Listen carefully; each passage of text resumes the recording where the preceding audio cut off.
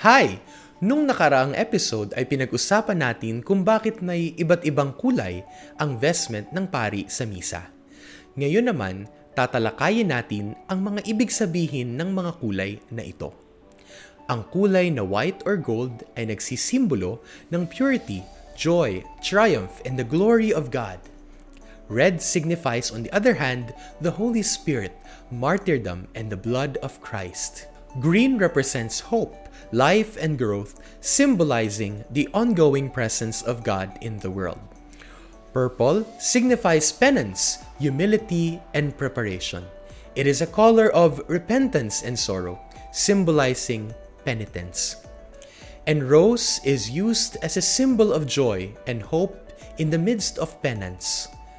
Ang liturgical colors ay hindi lamang sumisimbolo sa iba't ibang seasons at celebrations ng simbahan like Christmas, Easter, or feast ng mga santo. Nagseset din ito ng ating mood or disposition kapag tayo ay nagsisimba. If the color suggests joy, syempre dapat joyful din tayo.